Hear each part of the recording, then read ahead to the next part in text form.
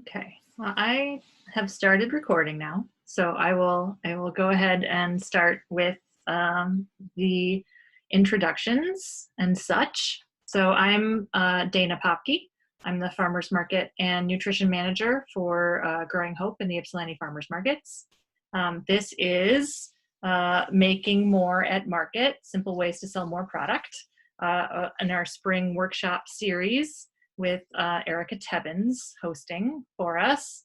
Um, uh, a bit about Growing Hope to get started. Growing Hope is an Ypsilanti-based nonprofit, and we do a lot of work in various areas of the food system locally. We have four main program areas. One is farmers markets, which I run. We have two farmers markets in Ypsilanti, and we've just started in partnership with some other folks an online farmers market called the Ypsi Area Online Market. We also have a farm, our farm and garden programs. We help folks start gardens at their own homes. We do all kinds of stuff on our urban farm in Ypsilanti. We grow food for our programs and all kinds of farm programs. We have youth in schools, our youth in schools program area. So we do some policy work around school food and nutrition. We do some after school classes. We hire teens in the summer and teach them about gardening and nutrition.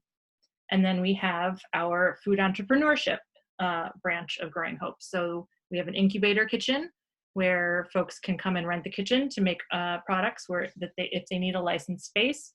And we also do these free workshops in the spring and the fall with a variety of guest speakers talking about topics like making more at market or cottage food law or other licensing issues. So it's really a range. And you can, we're near the end of the spring workshop series, but this is our first online series, so you can catch most of them if you see Growing Hope's Facebook page or the Ypsilanti Farmers Market Facebook page. A lot of the classes are posted there, and as soon as we figure out how to make that work, we'll post them on YouTube as well. So that's all about Growing Hope. And I will let Erica introduce herself, and we'll get started with making more at market. Erica, thank you for being here.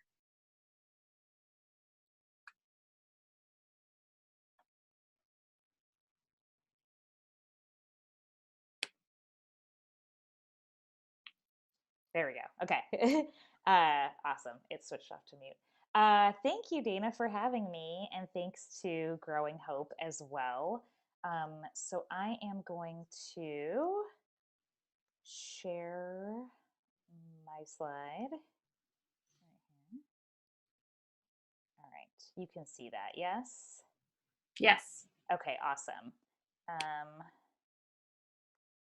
There we go. Just going to move my little talking head up there. So I run a business called Erica Tebbins Consulting. I typically in my regular business life, I do business strategy and coaching for usually women and gender expansive entrepreneurs. But I'm also the co-creator of the Farmers Market Success System course with farmer and farm educator Michael Kilpatrick. And I am also a former farmer and market stand manager. So a long time ago, I worked for Michael Kilpatrick when he was farming in upstate New York. He ran Kilpatrick Family Farm. It's kind of funny because a lot of people in the farming world know him and they're like, oh, he's sort of like, I don't know, this like micro celebrity in that world, but to me he's just my good friend. And I started working with him back in about 2009, and I just worked for him at the market on Saturdays and Wednesdays. And I have a background in retail and retail management, and also like sales and marketing. So I had some suggestions on things we could do to help us sell more at market. And luckily, he was open to hearing those ideas. And so we ended up I worked for him for about 4 or 5 years, and we ended up growing the revenue for his farm year after year after year. And the vast majority of their sales came from farmers markets. So we did uh, two different farmers markets year round as well, and it was organic vegetables primarily, is what we had. So I am going to let me just hit present really quick on this, and then we'll get into it. Okay. So what we're going to be going over tonight is creating a stall design that converts lookers to buyers by applying psychology and design principles. Oops. Design how to design signage that educates, makes it easier for the customer, and builds trust. And I know because people are having to move things online a bit right now, I will also be happy to talk about writing descriptions for online stores. The good news is it's relatively the same, but having good descriptions really helps. And then having a customer service plan that increases customer satisfaction and promotes repeat business. So a lot of this is actually taken from the entire second module of the Farmers Market Success System course, which is a course that basically takes everything that Michael and I figured out together and then packages it all up for anyone who sells at farmers markets. So we are going through most, not all, but most of module 2, which is convert in that course. So stand layout. So this was a picture towards the end of when I worked for Michael of our beautiful stand. As you can see, he grew a lot of stuff. So we're going to talk about first look, flow through the stand, hot corners, using all this space, even vertical, and the importance of colors. So selling starts with the eyes. So people make split-second decisions based upon what they see. So the data is about 3 to 5 seconds. Is that we make a decision in about 3 to 5 seconds of if we are going to be more interested and approach, whatever it is, whether it's at the farmer's market or in a boutique. So you really have to make sure that as people are walking through the aisles, that they really are like enticed initially before they even approach and start looking really closely. So high quality presentation is possible, and it's actually easier than you think. And the good news is a lot of the stuff that I will be sharing tonight is not stuff that you have to go out and spend a ton of money on. And obviously right now, with markets not being in person, you have a little bit more time to plan your strategy around this too. But if you're taking pictures for an online website, this is still helpful. Okay, so first look. So we have our farmer person here. So you'll notice there is the primary banner up above. Obviously, this is more for when a market is outside and you have that tent above, but there's all different ways that you can do other signage too. Like Vistaprint makes stand-up signs and different things that are vertical. And then you can see the secondary banner back there as well. We'll get into a bit more about what those are and why they matter in a second. You want to use the full height to show everything that you have. So imagine somebody's walking by, they're going to see your farm name, and if you have like a tagline or a motto, they're going to see that here. They're going to see everything all the way from here to here. Secondary banner, I already mentioned that. There is some checkout space right there. These little green things can represent hanging signs or scales. And it's nice. Everything is nice and clean, organized, and beautiful. So it's all tidy. So now let's get into it. So in terms of the first sign, second sign, when I talk a little bit more about signage, I will go a little bit deeper in it. But this is what it is like in real life, in like a real world scenario. So Providence Hill Farm, there is their tagline, and then their secondary signage. It also works a bit like a screen in the background, and it keeps your attention inside of their booth. But you can see it has a little bit more info there about what they are all about. Here is a different stand. So for people who don't sell veggies, these are obviously some flowers, and she's using height here. You know, there's no like canopy over her for her big signs, but fresh cut flowers. She has the large $8 bouquet sign, and she is using height. She's even sitting up in like a high director's chair. So let's talk flow. And just so you know, because with doing this all online rather than in person, so in person, I was going to sort of build stuff out and show it to you in real time. Instead, here I have lots and lots of real actual photos to show you of different vendors' setups. And we'll talk about that. So in case you're worried about not being able to see it, what it would look like played out in real life, don't worry about that, because I have plenty of photos to show you. So you want to, before the season even begins, you want to map out your stand and map out how people are going to move through your stand. And I have a few different examples of different size stands here.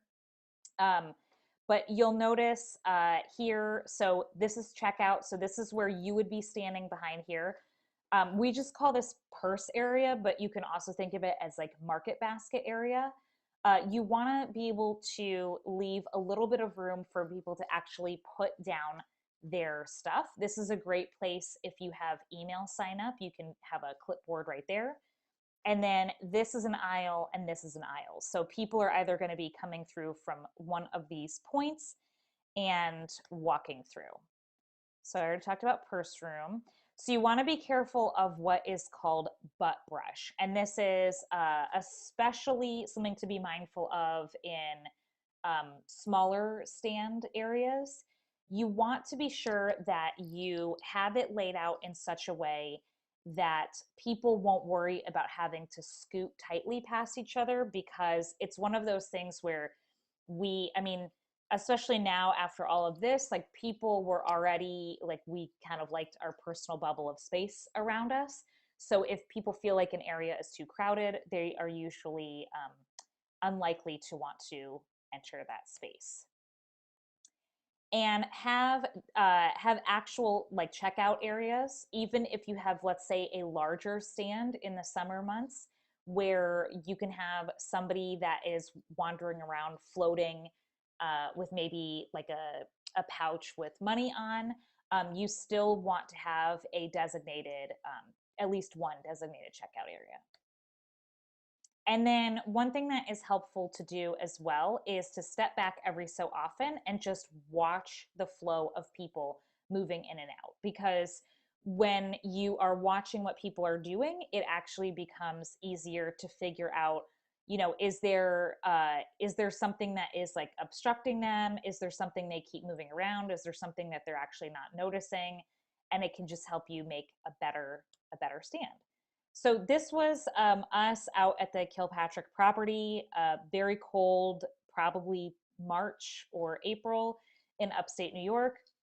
And we would test our whole display outside before we even went to market. And then we would see what worked, what didn't. We would take photos of it. We would take notes. And then that way, those first few weekends at market, we were just ready to go. And it was nice. And we didn't have to feel frantic and mess with it there.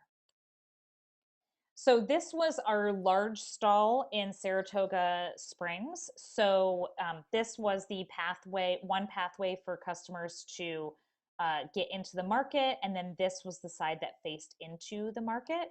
So we had I'll talk more about our round table, but we had a round table here, a 6-foot round. And then we would keep a 4-foot table right here at the corner. I think the next picture is a long view of this. And then this is where employees would stand back here, and we would have the checkout. And then there was another table. This was usually our table for CSA member pickup. There's the sidewalk along the front of the market. These were usually like larger bins that we would kind of stack higher up full of like melons, or we would put sandwich board signs out here as well.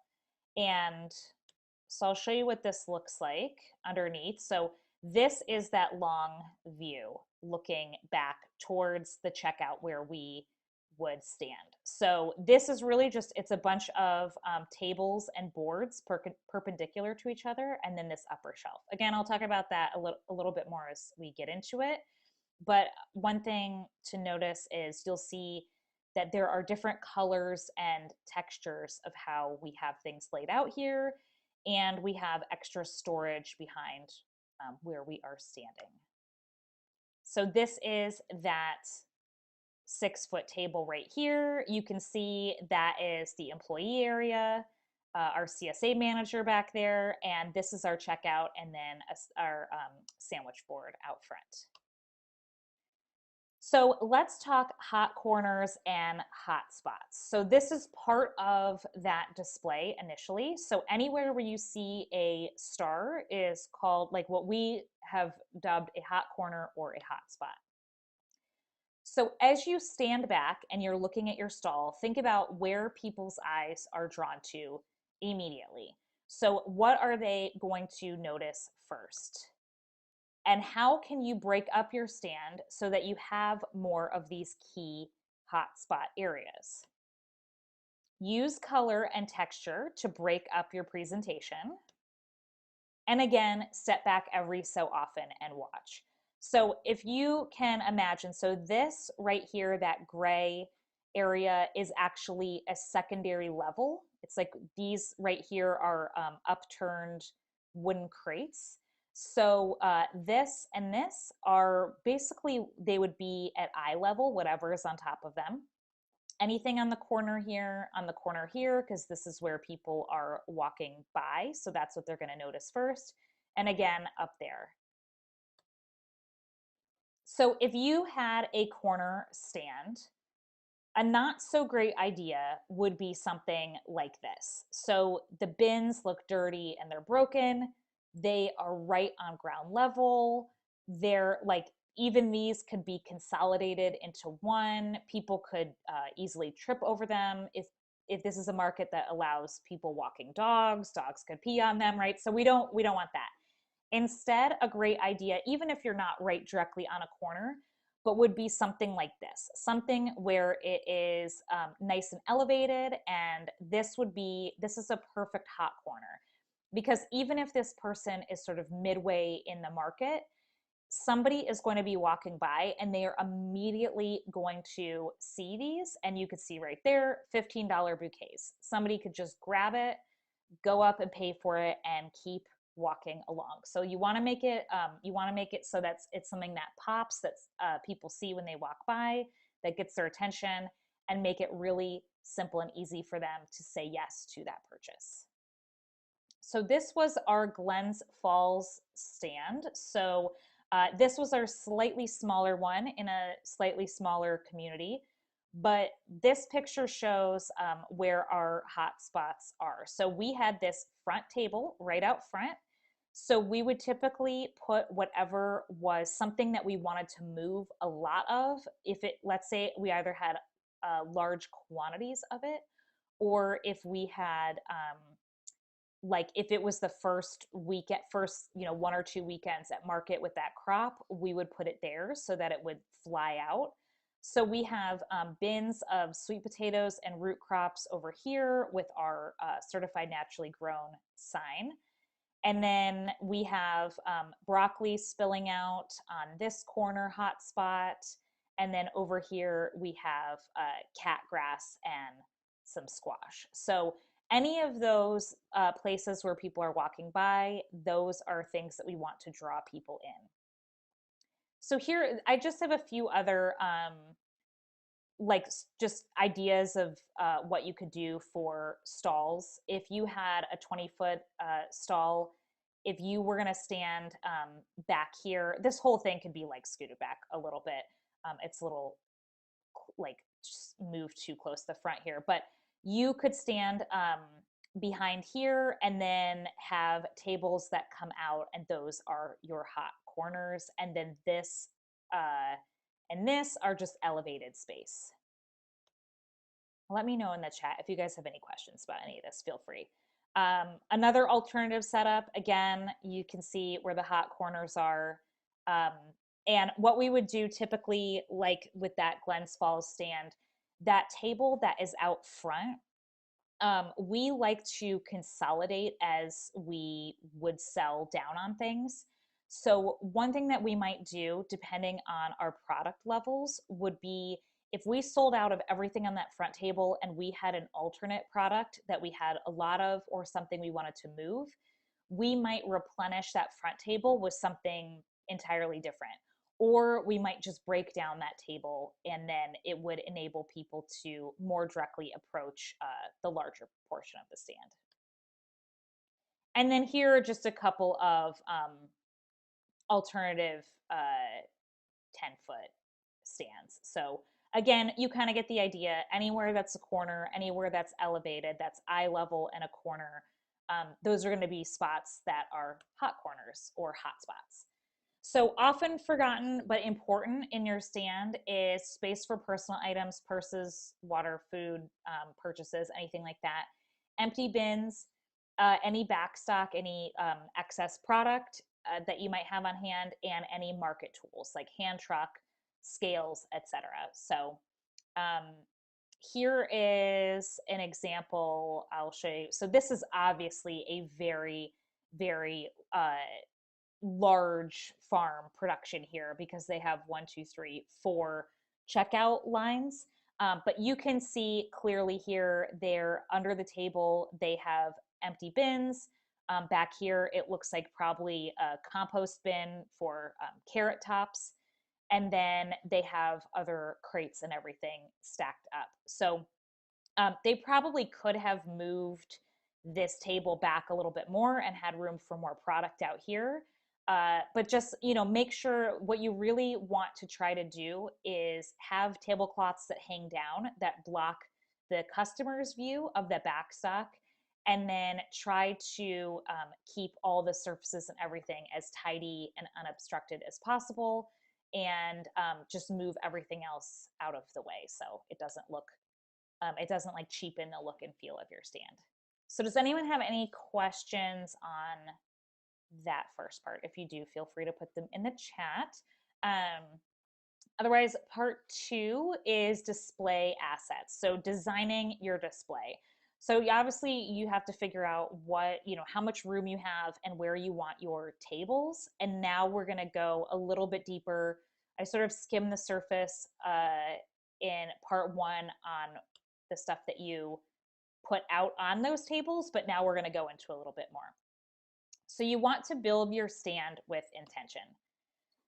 So Whole Foods and other stores, like I know they don't have them in the Midwest, but where I had just moved from in upstate New York, in the middle and western parts of the state, there is Wegmans, which is like a huge, really popular grocery store chain there, that people absolutely love their displays. So if you think about when you are at regular grocery stores and you think about displays that are really appealing to you, definitely take pictures if you're inspired, and you can copy them, because the reason why I say you can copy them is that they spend millions of dollars on buyer psychology to figure out what is going to work and what won't work.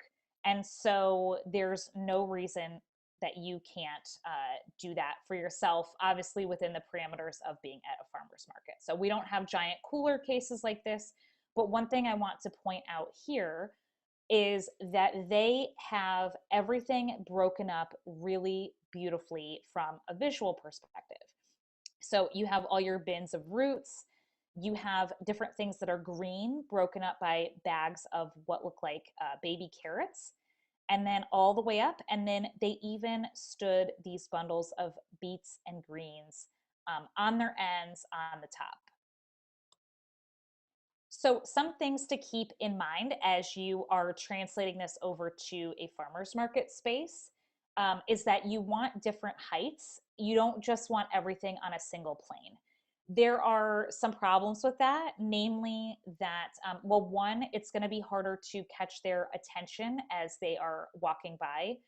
And two, it doesn't give you as much space to display all your stuff. And three, if your stall is busy and people are blocking what is on the lowest level, at least they would be able to, if somebody was walking by, they would be able to see what is on the upper levels. So make sure that however, oops, sorry guys, however you're doing it, that you have multiple levels and use that vertical space. Up here, you'll notice that there are two green items side by side, so scallions and arugula, and they are broken up visually by how they are packaged. So we have bunches next to bags. We also have microgreens, which again, they are in bags, but it's a different kind of bags. It's in a separate wooden box, so it's very clear that this is something different. And they are in these grab and go little bundles with clear signage. We also have special promotional signage here. We have products inside different containers and they are tilted forward. And be sure that you are always try to angle loose items like this toward the customer if it works for what you sell. This, you like right here, this just looks very like bountiful and very full. It's important, especially with produce. You want things to look really abundant.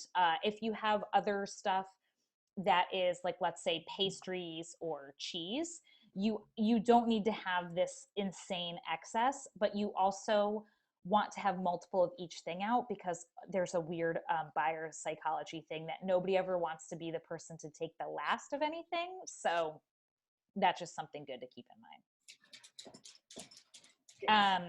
You'll notice here, this is my friend Robin's farm. She does veggies and flowers, but she has right here you can see that she has vases and they are nice and clean and tidy and they're at all different heights. So one thing that I would say, and I'll talk about tablecloths in a little bit, I would have loved if her table had just a solid white or black tablecloth that went all the way across, just to have that nice, like, clean, contrasting look to it. But this looks really nice. It looks very clean, it looks very professional, and things are at different heights. So again, here's some more examples of using different shapes to break up your display. So again, we have a round basket here. We have rectangular boxes. It's a little hard to see in this picture, but these are wooden quarts. So we have some wooden quarts over there. We have different clamshells. Again, we're using multiple heights to break things up. And then, as I mentioned before, this is our magic round table. So here's why it's magic. Also, these were special tomato trays that we made, but you know, I'm sure you could either find or create something similar if need be. So we used these tomato flats to create different vertical space to really break up the presentation. The red tablecloth down below, it really, like, it pulled people in. Our whole like aesthetic was sort of this deep burgundy red for the tablecloths. The rest are solid, and then this one had sort of like an Americana, old like farmhouse print to it. If we did it all over again, we would probably just stick with like gingham or white or something even more simple. But that is what we had, and we grouped the similar varieties of tomatoes together, and we had signage all over the place, as you can see. So we have some recipe cards. We are big believers in recipe cards. And then we have very clear signage all over the place. We also had like a laminated tomato guide for anyone who has lots of varieties of something. That really helped us.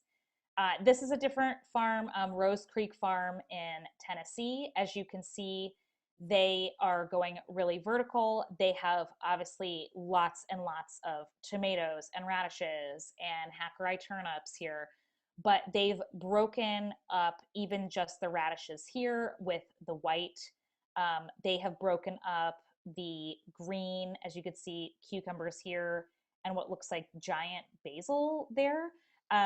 But even the way that it's presented, it's grouped in different ways: bundles, head lettuce. It just breaks up the eye. Because again, one other little thing about buyer psychology is that like when we do that 3 to 5 second scan, the more differences there are, the more that our brain can actually register what we are seeing, rather than if it's just a big sea of solid green. So another thing to keep in mind, and part of why that vertical space is so important, is that people are buying from their knee to their eye level. So this is my friend Carrie's stand in Oklahoma, and she does a really, really great job with her visuals, pretty much in every way. She has been a client of ours and a student of ours for a while, and she just does an incredible job. So you'll notice down here, this was right before the market began, so she wasn't fully selling yet. So she has her backstock bin here, and then these little curtains that can be pulled over the front.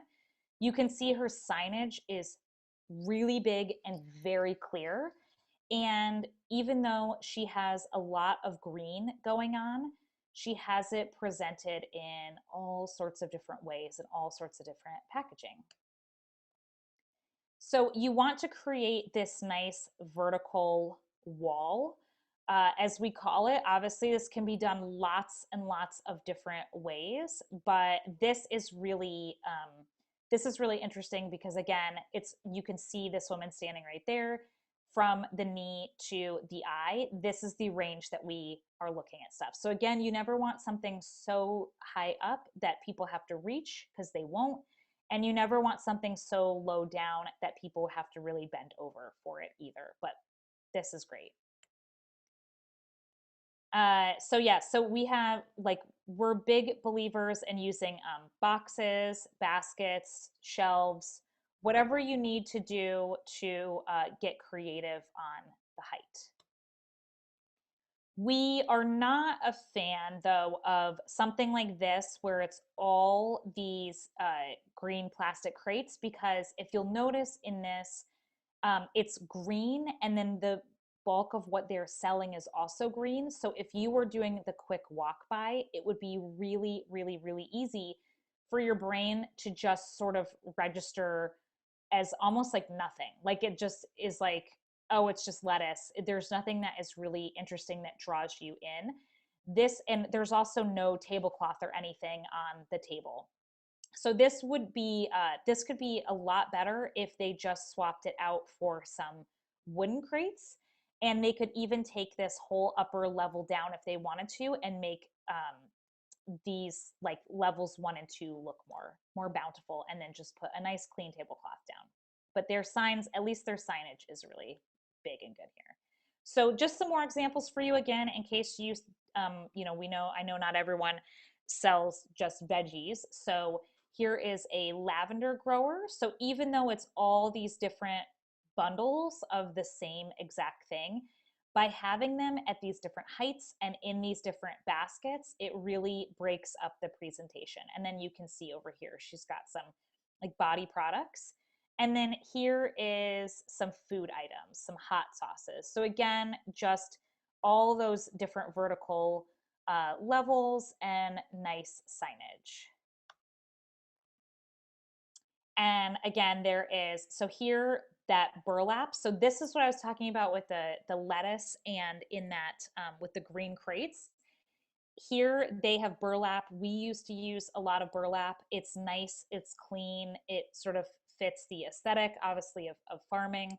And there are two levels there, and then they just put the excess on top. One thing that you could also do if this was a display like yours, if you wanted to put specialty signage on the top to call things out, like the fact that maybe you take credit cards, if there are things you want to mention about how you grow, like if you're certified naturally grown or organic or um, made non-GMO, whatever it is, you could put lots of different signs up there, just as call outs for different things. And then here you can see, since I talked a little bit about backstock space, and I'll have some more examples too, this is really great. Like you can see, this person has little baskets, a Sharpie, some bags, and some scissors. So this is on the side that the customers can't see, but she has her little area right there. This is an example of, you could see they have their sign, they have, who they are, where they are, their tagline. That is all really great. They are doing it from knee to eye. It looks really bountiful. They're using different baskets and different things to break it up. The only thing I may have done differently here is get some different tablecloths. This looks a little bit torn in some spots, and also because there is a lot of green and they have some other colored products, to just sort of break that up a little bit more, just so your eye can travel over it a little bit better.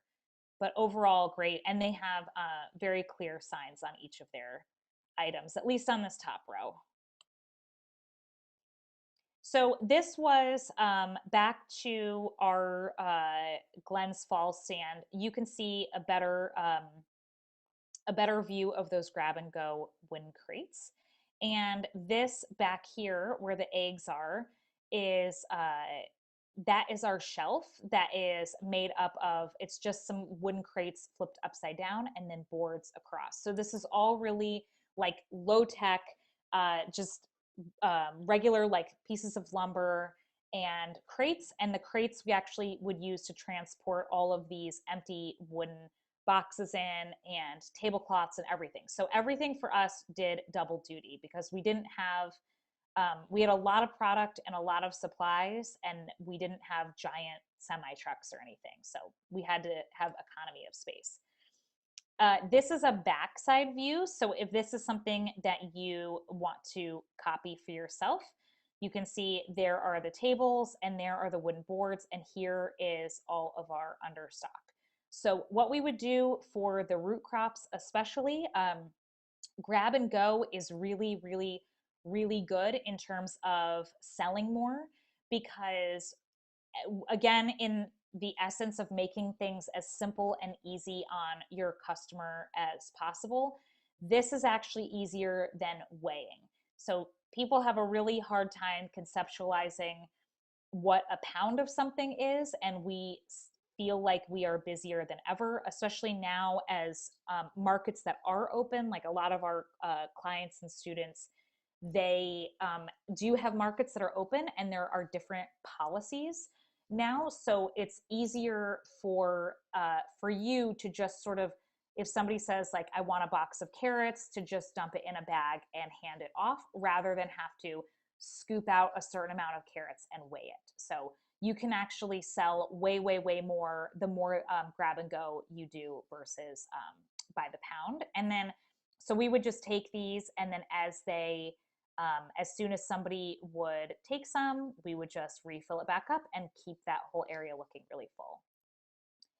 So some things with tables and tablecloths. So you can see there we have the burlap. You can see right here our tablecloth goes pretty much all the way to the ground. You can kind of see that little bin peeking out. The only one, like later on when we were able to get more of this cloth, we actually did have a tablecloth that covered all of that. But again, you want to just have your tablecloths look as like clean and tidy, and covering whatever is underneath as much as possible. One thing that if I had to do this over again, I love this middle table, but with these squash in the middle, I would have put more, like I would have upturned another crate in the center and then put those on it just to have some more height. So yeah, so mostly we were using folding 4 and 6 foot tables. With those are just the boards that we would lay perpendicular, and again the round tables. So here is another round table. You can actually get specific tablecloths for these that fit really nice. Now, it's great that they have this table. The reason I included this picture is just because things here could be grouped just a little bit better to give it a slightly cleaner look for people walking by. And then as summer comes around, if you need to, a lot of times people get worried, especially with greens, about things wilting. But we recommend, if you can get some nice white screens, you want to go for white if at all possible, because it allows filtered light and you don't want your stand to be too dark. Same thing with the canopies. If you are ordering new ones, I always suggest white, because it looks really clean and it allows enough natural light through. Screens or these signs, like how I had mentioned with Providence Hill before, this actually keeps customers' eyes within your stall. So the more that they are focused in your stall, the more that they will purchase more from you. So it's just a little bit more info on the stalls. And if you have to, or on the screens, if you have to, you can also use white shower curtains. And then another thing that you can do, as I mentioned earlier with our tables, is you want to keep moving crops into progressively smaller containers as you sell down. So to keep with that idea of making things look really bountiful, is that you can just keep adjusting your display as things sell out, so that way you give the impression of things being really bountiful and full. Also, if you have, especially if you have a bigger stand, if you just have a 1 6 foot table. So when I had a micro farm and I sold at our local farmers market. It was a very small market. I only had greens and herbs, so I didn't have a huge stall. I did not need baskets.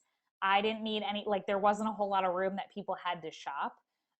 But if you do have a larger stall, one thing that is nice is having some baskets, because if, again, for buyer psychology, if people have their arms full and they want more, they won't actually keep taking more unless they have a place to put that. So if they don't have their own bag on them, or if the bag that they brought with them is already full of other purchases, they will stop shopping if their arms get too full. So if you do have a larger stand, you can get a few of these fairly inexpensively. So does anyone have any questions on that so far? I'm happy to move on. I see that Linda hopped in here. Linda is one of our students. She's awesome and just happens to live in Michigan. So signage is super, super, super important. I'm gonna take a sip of water really quick. So there's a lot of like, a lot of times people will wonder, do I need to have prices on everything? Can I just have one big sign that shows, all of the things I have and all of the prices? And depending on what it is you sell, if you have to keep everything in one cooler because it's meat, there are some different ways that you can do it. And I have some examples in here. But otherwise, if you have like smaller items, if you have produce, anything like that, you really do want to have a sign for each thing. So as I mentioned earlier, I was going to talk about the primary and secondary sign again. So one thing we get into more in the farmers market success system course is that you are not really there to necessarily be marketing to everyone. You are marketing to the people who are most likely to be a customer, to be an ideal customer of yours, and that because of that, your messaging is really important. Your whole like brand holistically, it really matters. So in this instance, it's probably a little hard to see, but they have this thing that says, "Join the conspiracy for real food. No herbicides, pesticides, fungicides, GMOs." Like you can see all of that, and then over here, yes, low till, no till. Like I think it says like certified naturally or no compost enriched soil, like all these different things. So these people are clearly targeting folks who already care about this stuff or people who are curious about learning more about this. So their signage, their larger signage right from the get-go, before we even get to prices, it already is going to attract a certain type of person to their stand. So price signs. This is in a pretty much to scale version of our price signs, slightly larger, but we did have pretty big price signs. So we would always include what it was, our logo, a very obvious price, some CSA info, and then a descriptor, and we would laminate these so they wouldn't get too beat up at market. So now, as you are maybe temporarily, hopefully temporarily, moving some stuff online, it's important here. You'll see, great in salads and sandwiches, a green with a bit of zip. So what is important to know is that even though you might know, like, I know arugula, I grow arugula, who doesn't know arugula? A lot of people might not. They might not realize that it's peppery.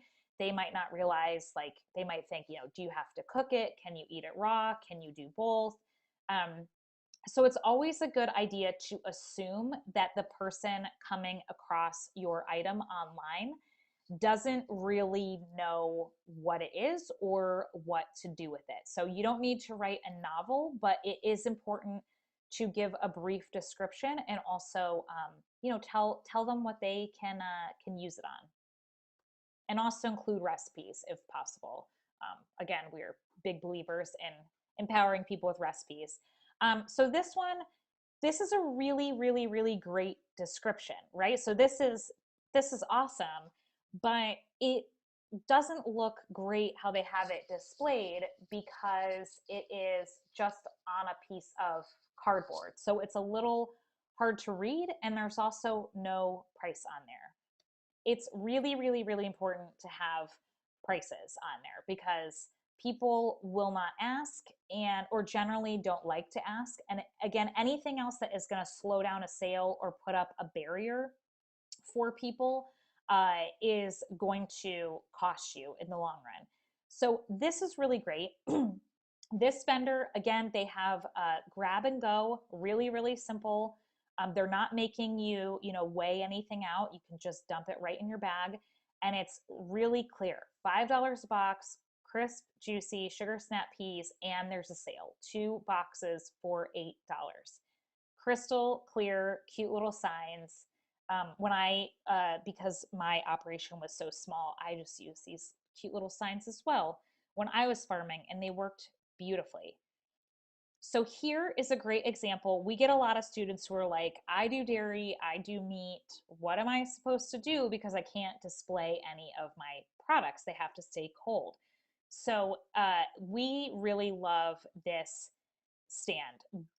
These signs, obviously, you can make them fairly easily yourself. These easel signs, they have some pictures up at the top.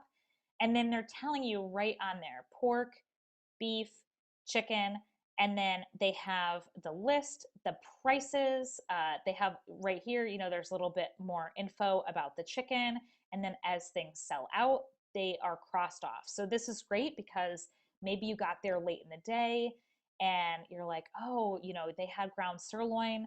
I missed it. Okay, cool. Well, maybe I know to come back next weekend earlier and get it. And then they have their little sign up spot there. So that is a great example of something that you can do if you don't have a traditional stand. And then some additional signage, obviously for food producers or like prepared food, having a sandwich board sign does make perfect sense because it's more like a restaurant. It's something that you're going to have to look at and contemplate and order, like place your order rather than grab something off the table and put it in your bag and then pay for it. So this is a nice clean sign here. And then at some of the larger stands, they have these like these tall signs that stick out up above so that as you're walking around, you can see them more easily. You can see, like, oh, it's a bakery, and then walk toward it if you're interested in that. Some additional signage that we had these different, like for a little while, Michael was selling in some local stores. And so he created these labels with the QR code and he could just check them off really easily. So this would be great if you had like bulk bags of things and you wanted to put labels on them. And then we also had some eggs every now and then. So you could scan it, it would take you right to a page on our website that would talk about our chickens and our eggs, and we had additional info there for people. Here is another example of a meat vendor display where you can just see very clearly the sign. So if you're far away and you were walking by, you can see very easily, pork, poultry, beef and lamb. It's bright green, and really large. So easy to see to kind of hook people in as they go by.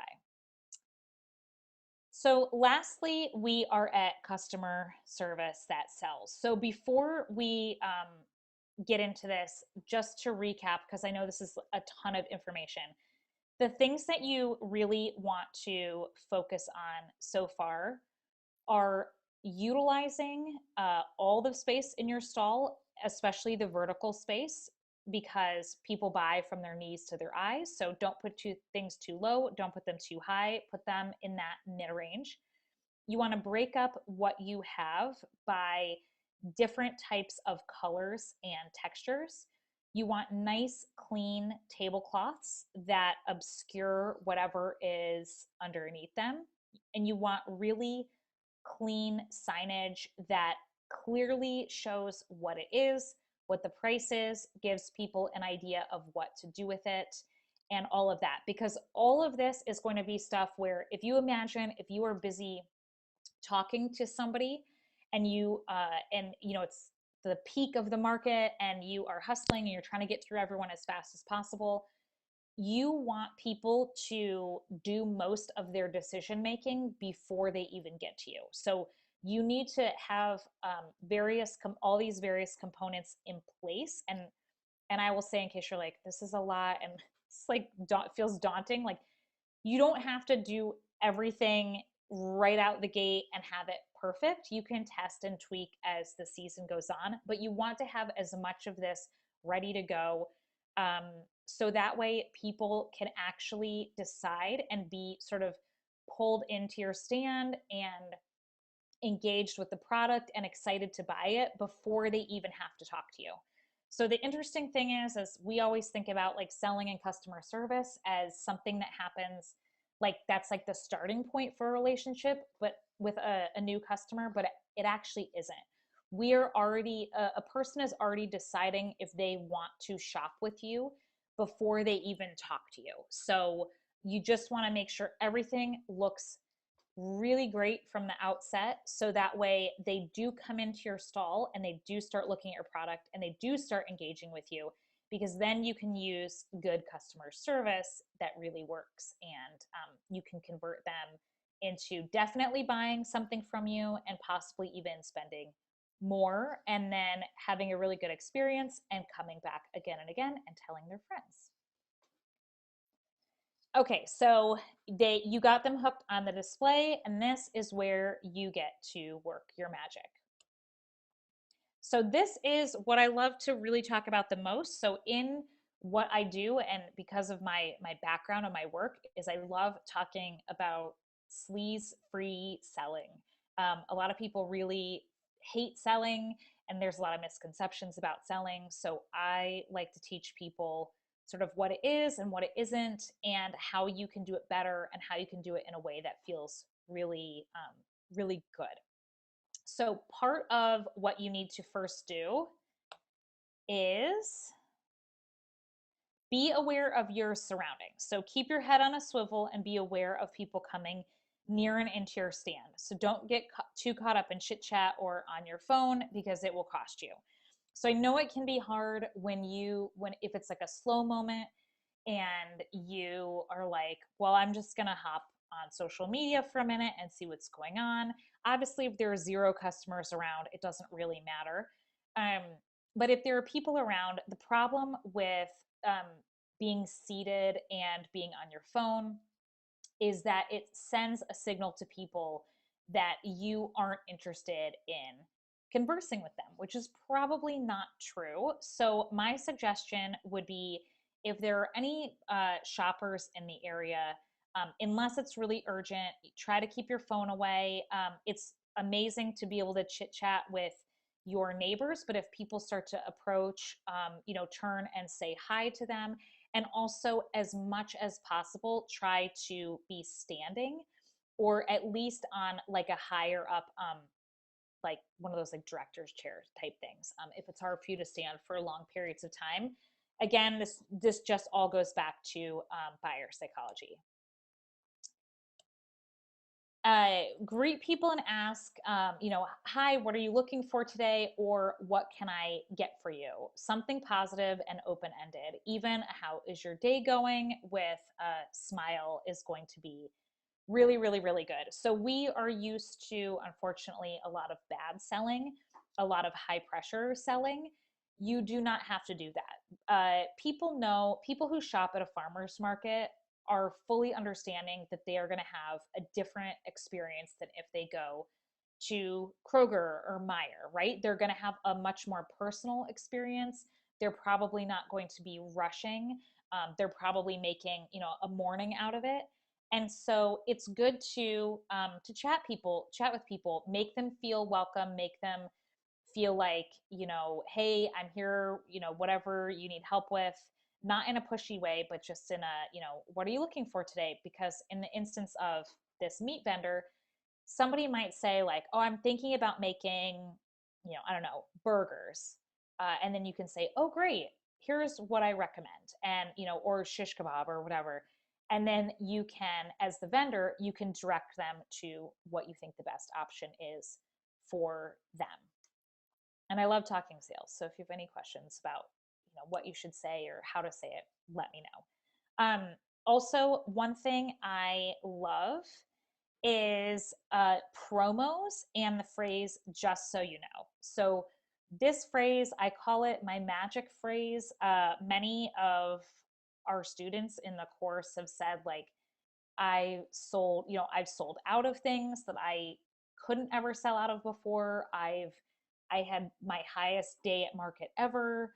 I had, twice as many sales this Saturday as I did last Saturday, all because of this one phrase. So whatever you have going on, let's say you have jam and you're doing, 3 for $13 today, let people know. So after you say, hey, can I help you find anything today? Or what are you looking for today?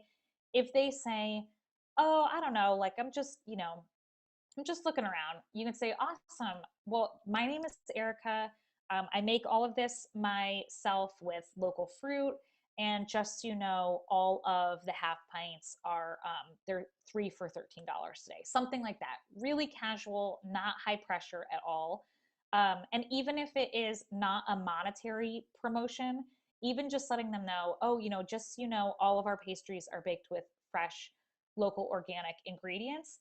That helps people understand too, because a lot of times people don't understand the ins and outs of a specific farmers market. Since farmers markets can be really varied depending on where you are in the country, sometimes people think like, oh, well, people just bought stuff from other people and now they're like selling it at this farmer's market, they don't actually know that you made it yourself. So you can just, educate people with the phrase, just so you know. And a lot of times that, again, it just keeps the dialogue going and it piques their interest. And it's also good to, again, if their arms are really full, even if you don't have baskets, you can always say, "Oh, hey, looks like your arms are full. Do you want me to take those? I can start bagging it for you if you want to keep looking around." And then you just keep a mental tally of what they already have or jot it down somewhere, and that way they can keep shopping. All of these things are things that are going to increase what is in the retail world called guest spend. So sometimes people, you will have told them, "Hey, this is our promo." And then they are shopping and they get busy, they get distracted, and they forget that you told them that, right? So let's say they bought two jams at $5 each, but they can get an extra for $3. They come up, they have two jams. Don't assume that they remember that you told them about your promotion. Instead, you can say, "Oh, just so you know, you could get a third for only $3." And most of the time, people will say, "Oh my gosh, that's right. You did tell me and I totally forgot." Or, "Oh, yeah, thank you for reminding me. Like, let me grab this other one." Every now and then, people will say, "Oh, yeah, I know, but like, I'm not going to eat that much." And you can just say, "Okay, that's great. Like, awesome. Let me wrap this up for you." But a lot of times it really is that it's not that people aren't interested, it's that they forgot or they didn't realize. So you can politely remind them. And then you want to thank them and invite them to take the next step. So, an example could be follow you on social media, get on your email list, take a recipe card, take a sticker, take a flyer for an upcoming event, etc. Whatever it is. So, here you can see that, there's that I mentioned before, the email list. You could always say, like, "Hey, if you, like, while you're bagging up their stuff, hey, if you join our email list, we will send you a coupon for $5 off your next purchase, or 10% off, or whatever it is that you want to do." Or if you like join, like follow us on Instagram, like I'll take $1 off your order. Whatever it is, you just want to let them know what the next thing is they can do in order to keep engaging with you and your brand. A simple way to remember all of this, because I know that's kind of a lot of steps, but again, welcome the customer. So when they approach your area, welcome them. Offer assistance. So, what can I help you find today? Recommend something. So, just so today we have blueberry scones, like, are back, or we have fresh strawberries, or whatever the thing is that you want to recommend. Know your stuff, so be able to respond if they have questions, and make sure if you have any people that work for you as well that they know or that they can find out. So if somebody, this would happen a lot, like people who were like really nerdy about organic growing would say, "Do you have these been sprayed with whatever?" And a lot of times our staff wouldn't know, so we would have to find out from Michael, who was worked on the production side. And eventually we had like a frequently asked questions sheet that was just in our market binder that people could flip to. But know your stuff, and then sincerely thank and invite them back, so, or invite them to take whatever next step. So last little bit, in case you're like, "All right, but what do I do when it gets really busy? How can I follow that whole like works framework?" So there's an easy way. I'll give you like a little order of operations, but clients waiting to buy always get top priority. So the people who have been lured in by your beautiful display, and you engaged with them, and now they have their hands full and they are ready to check out, they always get the bulk of your attention, right? Because they are ready to spend their money. So if you're in the process of bringing somebody up and somebody new comes into your stand, just say hi or welcome, or even a smile and nod goes a long way, just to acknowledge that they are there. And then one thing you can remember is, so again, as ring up people who are ready to pay, and then assist people who are still shopping. So if there's nobody that is ready to pay, then walk through, or stand there and talk to them if your stall is small enough. Assist them with whatever it is that they're looking for. If you have no shoppers at your display, you can take this time to refresh it, kind of like reset it back to how you would want it to be. This is a great time if you are selling out of stuff and you need to swap out those bigger baskets for some smaller baskets.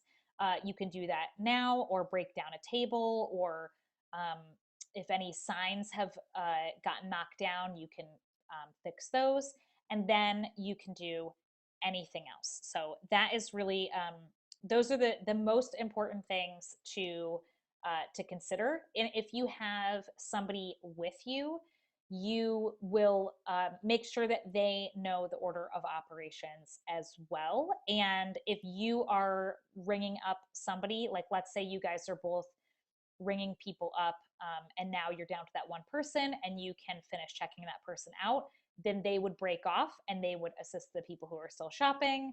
Then they would refresh the display, and then anything else. So this can definitely be done in either solo or with a team.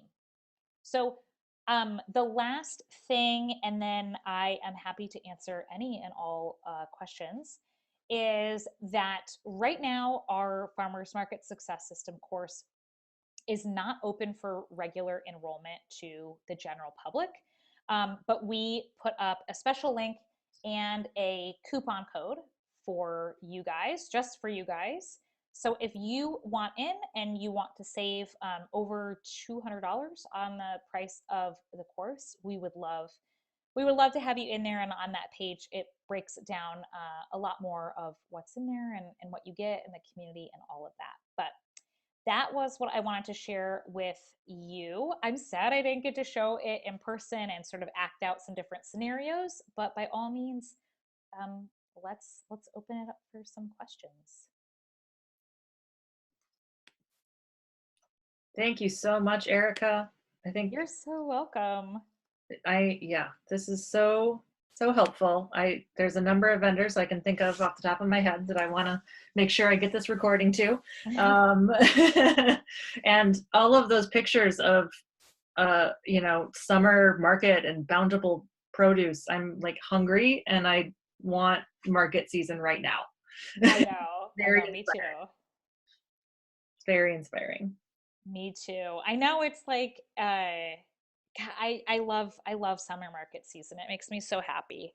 Um, but yeah, these are all really like, so we first debuted this course at the end of the summer last year, and we did this farmers market challenge, which we hope to do again this summer. Might be a little bit different just depending on how things play out with COVID, but we gave people some of these tips, like the hot corners, the vertical display, the just so you know, um, and like some of the customer service stuff. And just over 3 days, people were like, I had my best day ever. Like, I can't, this, it feels like magic. And we're like, yeah, it's literally like, it's stuff that major companies do, Yeah. even if they're not grocery companies. Like, so I used to work for Calvin Klein, and it's stuff that like we would do there.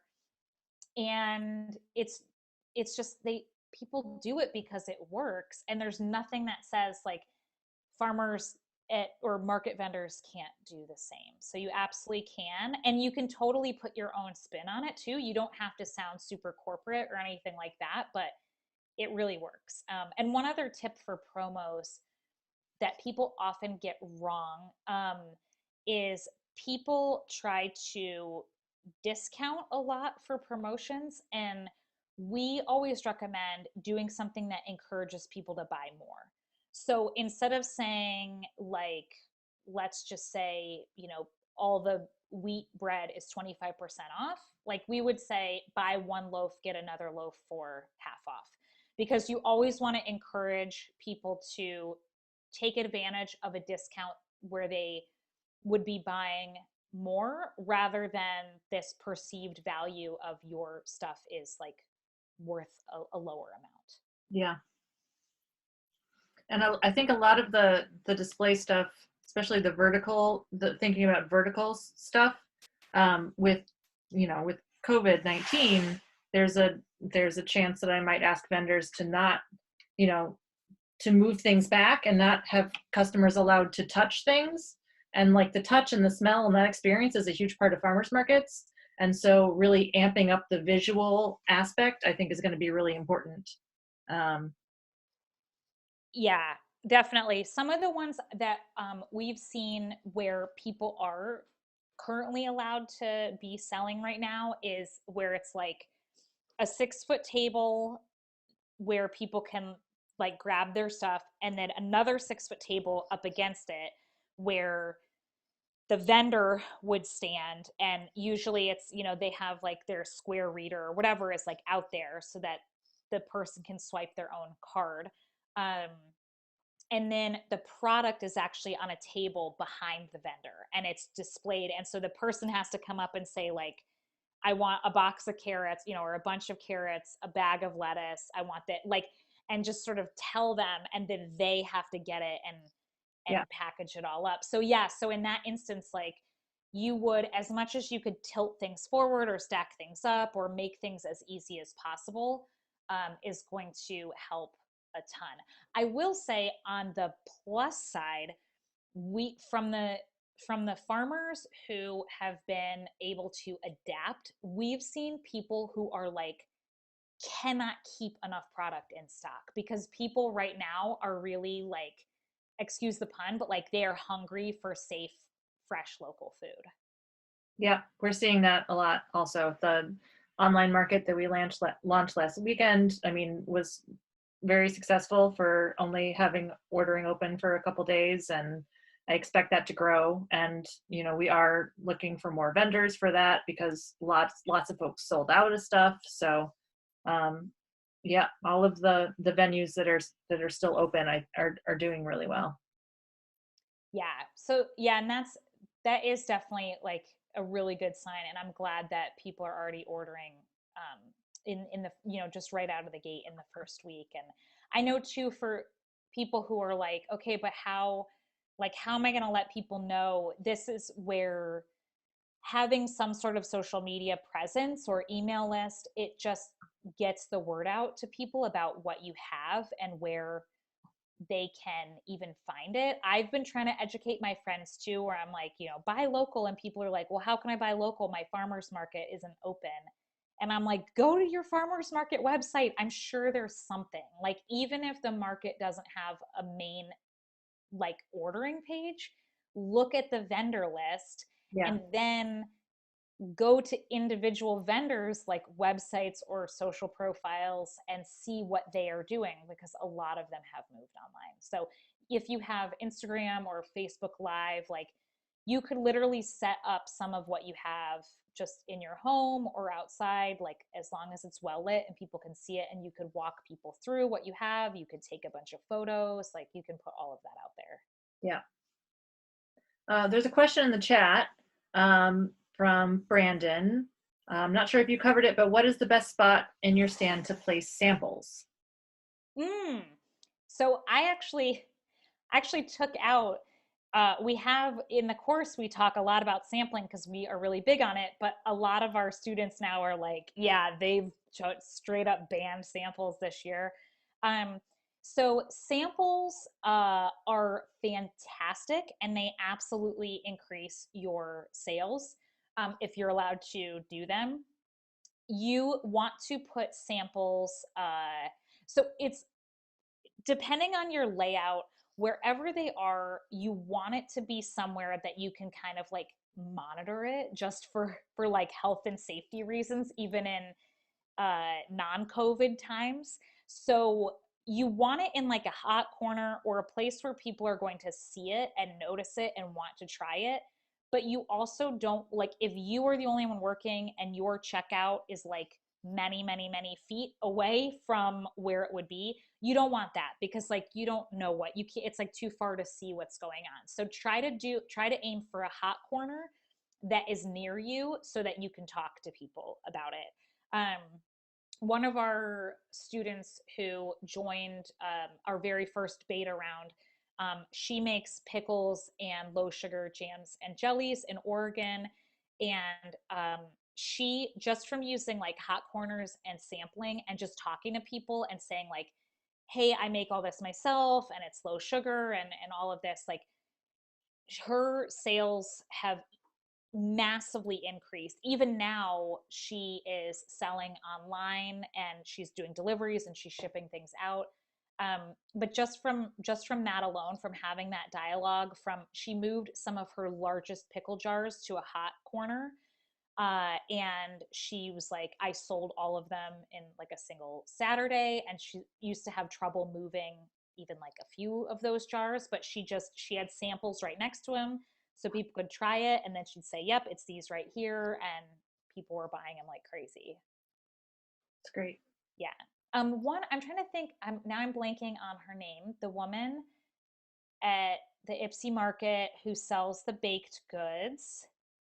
um Over on, was like if you walked in the room, on the left hand side. Which, so we moved them. There was more baked goods. Ginny, we thought, Yes, yes, yeah, her. So her display, um I really like her display. Like she, and when I the last time that I was at market, I ended up buying some stuff from her, and she did a really great job. And she and I were chatting, and she said she has a background in like regular retail as well. And I was not surprised because her tablecloth, I don't even remember like if it was white or what it was, but it was like beautiful and clean. I think she had some like burlap, and then she had white like ceramic and also clear glass like platforms and trays and things at different heights.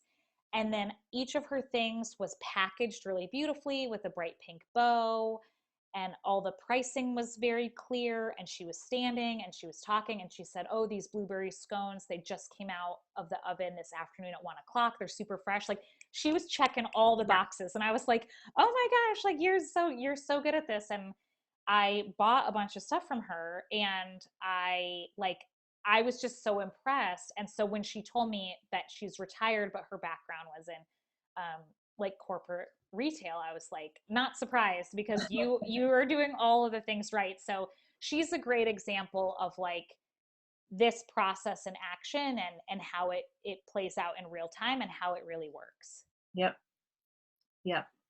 Yeah, I can. There's definitely a couple of vendors that I can think of that like it's like, especially if you put any effort into doing the vertical, like it's just so noticeable. Um, yeah, I have another one of our vendors, Gretchen, who does Checkbox Bakery. She does our Saturday market in the summer. She's put a lot of thought into her display and lifting everything up. One thing that she says about samples is because she has fairly expensive ingredients for her products. So she, to avoid like the grazing, because people Mm-hmm. kind of have like that Costco expectation. She has a list out and has things highlighted and says, I have samples of anything that's highlighted. So if you'd like to try something before you buy it, um, let me know. So because she couldn't, and then passes anything out at the end of the market to volunteers and other market staff and makes a lot of sales that way. But yeah, Yeah, that's a really smart idea too, especially depending on what you have and everything. Like I think that that's a really good idea, because yeah, you don't want people just like going to town and eating all your samples and everything. right. We would try one thing that we would do, because we would sample a lot, is um we were always really big into collaboration with other vendors. So if we had like, let's say if we had made, I don't know, like a dill dip or something, Um, we would try to use dairy from a local vendor, and we would try to use bread from another local vendor to sample. And so when we would have our recipe cards, it would actually like highlight those other vendors too. And so, and on our, like, we would have a whiteboard that would say what it was, and um, like usually some call outs to those other vendors. And then because we were like a big believer in the Yeah. community aspect of like, hey, you if you want to make this, like, go across the aisle and get, you know, whatever from that person, and get a loaf of sourdough down there from Rock Hill Bakehouse. And so that was always really fun. And then a lot of times, like if other vendors did it, they would do the same for us. Like they would Yeah. collaborate with us. And so yeah, that's like that was always a really big thing, was like, how can we also help other vendors get their stuff sold with our stuff. Great. Does anyone have any final questions for Erica before we wrap it up?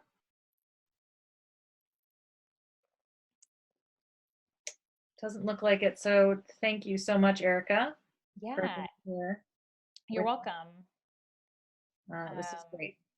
yeah, and feel free, if anyone wants to message me. My Instagram is Erica Tevins Consulting, so you can just find me there and feel free to send me a message. I'm happy to answer any questions and look forward to meeting all of you guys in person, hopefully this summer. Because even though my primary clientele now is not farmers and farmers market people, I love still being able to serve them, because it's, yeah, I love farmers markets and market vendors. And we love you back. Thank um, you. I will send out to all the participants that signed up on Eventbrite. I will send a recording of this out in a couple days once we get it all packaged together, along with an evaluation and that evaluation helps us inform the classes that we'll do in the future, helps us learn about the businesses that are attending, and helps us gain financial support for these classes. So appreciate it if you could fill that out as when I send that. And other than that, I think that's it for tonight. Thank you. All right. Thank you. Bye.